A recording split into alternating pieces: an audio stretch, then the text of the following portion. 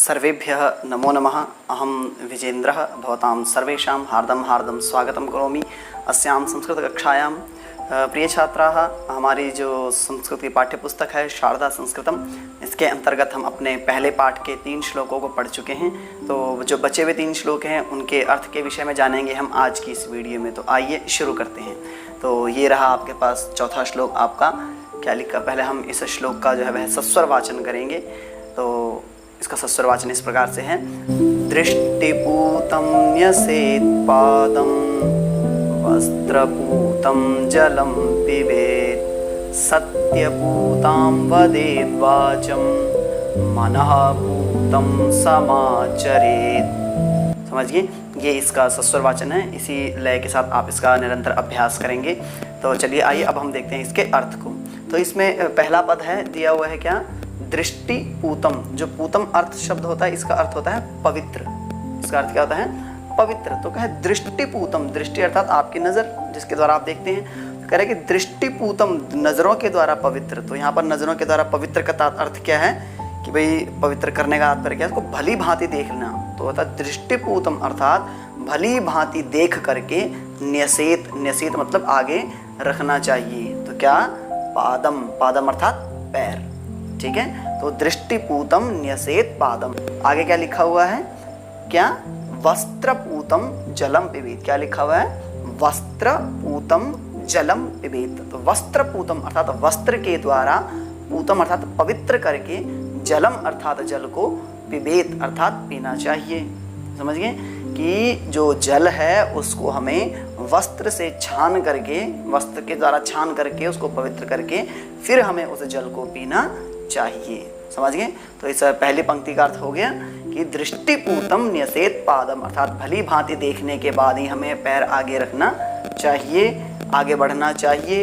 ठीक है, और वस्त्रपूतम जलम पिबेत अर्थात वस्त्र के द्वारा छानने के बाद भली भांति उसके बाद हमें क्या करना चाहिए, जल पीना चाहिए। चलिए अगले पंक्ति में देखते हैं। अगले पंक्ति में क्या लिखा हुआ है कि सत्यपूताम वदेत वाचम। सत्यपूताम अर्थात सत्य के द्वारा पवित्र, ठीक है ना, अर्थात सत्य के द्वारा पवित्र, वाचम अर्थात वाणी, वदेत अर्थात बोलनी चाहिए। अर्थात हमें सत्य से युक्त जो वाणी है वह बोलनी चाहिए। मनःपूतम समाचरेत अर्थात मनःपूतम अर्थात मन से जो पवित्र जो होता है कार्य, हमें वह कार्य करना चाहिए। मनःपूतम समाचरेत अर्थात मन के द्वारा, मन में एक बार भली बात इसको सोच विचार करके मन के द्वारा अच्छे आचरण, मन के द्वारा उसको पवित्र करने के बाद हमें वह आचरण करना चाहिए। समझ गए।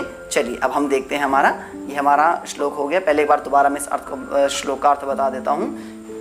दृष्टिपूतम न्यसेत पादम वस्त्रपूतम जलम पिबेत सत्यपूताम वदेद वाचम मनःपूतम समाचरेत। अर्थात दृष्टि, नजर जो है हमें क्या है, दृष्टि से पवित्र अर्थात भली भांति देख करके ही हमें आगे बढ़ना चाहिए। वस्त्र से छान करके जल पीना चाहिए। सत्य से युक्त, सत्य से जो पवित्र वाणी है उस वह हमें बोलनी चाहिए। और क्या करना चाहिए, मन के द्वारा जो पवित्र आचरण है वह हमको करना चाहिए।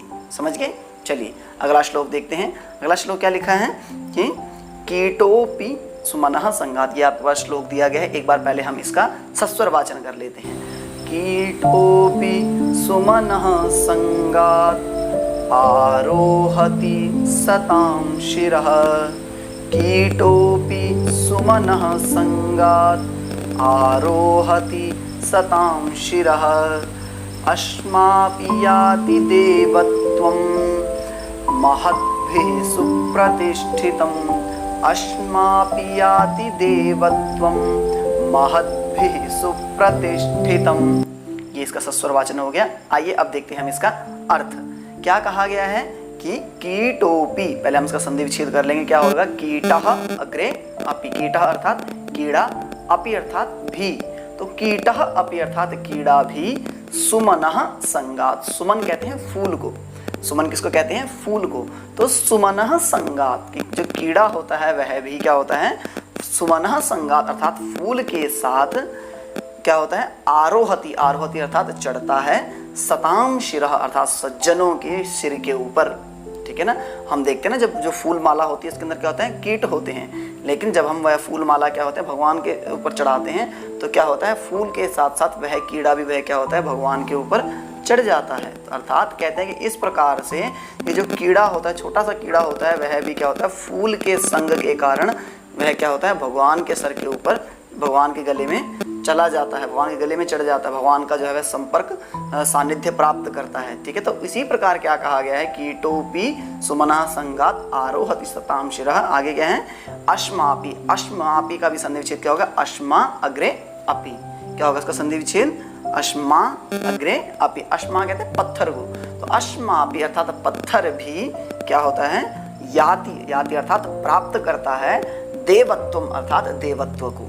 ठीक है ना, कि जो पत्थर होता है वह भी देवत्व को प्राप्त करता है। तो कब प्राप्त करता है, महत भी सुप्रतिष्ठितम, जो महत जो लोग हैं, विद्वान लोग हैं, उनके द्वारा सुप्रतिष्ठित किए जाने पर, सुप्रतिष्ठित अर्थात जो आप देवालयों में भगवान की मूर्तियाँ इत्यादि देखते हैं ना, जिनकी हम पूजा करते हैं, तो क्या होता है वह विद्वान ब्राह्मणों के द्वारा, विद्वज्जनों के द्वारा उनकी स्थापना की जाती है, उसके बाद हम उसकी पूजा करते हैं। उससे पहले वो क्या होते हैं, मात्र पत्थर होते हैं। तो कह रहे हैं कि इसी प्रकार जो पत्थर होता है वह विद्वान जनों के द्वारा सुप्रतिष्ठित किए जाने पर क्या होता है, वह भी देवत्व को प्राप्त कर लेता है। अर्थात हमें क्या करना चाहिए, हमेशा सज्जनों का संग करना चाहिए। तो चलिए, ये रहा आपके पास श्लोक का अर्थ। तो चलिए अब हम देखते हैं अपना अगला श्लोक। तो इसका जो अंतिम छठा श्लोक है, वह श्लोक ये आपके समक्ष दिया गया है। एक बार पहले हम इसका सस्वर वाचन कर लेते हैं। जल बिंदु निपातेन क्रमशः पूर्यते घटः, जलबिंदु निपातेन क्रमशः पूर्यते घटः, सः हेतुः सर्वविद्यानां धर्मस्य च धनस्य च, सः हेतुः सर्वविद्यानां धर्मस्य च धनस्य च। समझिए, चलिए आइए अब हम देखते हैं इसका अर्थ। तो क्या कहा गया है कि जल बिंदु निपातेना, जल अर्थात पानी, तो कहते हैं जल बिंदु, जल की बूंद, निपात अर्थात गिरना, तो कहते हैं जल बिंदु निपातेना अर्थात जल की बूंद गिरने से। ठीक है, क्या होता है, जल की बूंद गिरने से, क्रमशः अर्थात लगातार, लगातार जल की बूंद गिरने से पूर्यते घटः, जो घड़ा होता है वह पूरा हो जाता है अर्थात भर जाता है। समझिए, क्या होता है, क्रमशः लगातार जल की बूंद से गिरने से क्या होता है, घड़ा भर जाता है।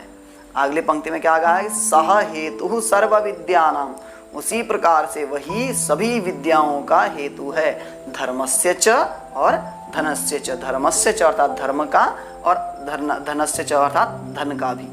समझ गए, कह रहे कि जिस प्रकार बूंद बूंद गिरने से घड़ा भरता है, उसी प्रकार से हमें जीवन में जो प्रत्येक चीजें हैं इनका अर्जन कैसे करना, धर्म का और धन का, इनका भी अर्जन कैसे करना चाहिए, धीरे धीरे धीरे धीरे करके इनका हमें अर्जन करना चाहिए।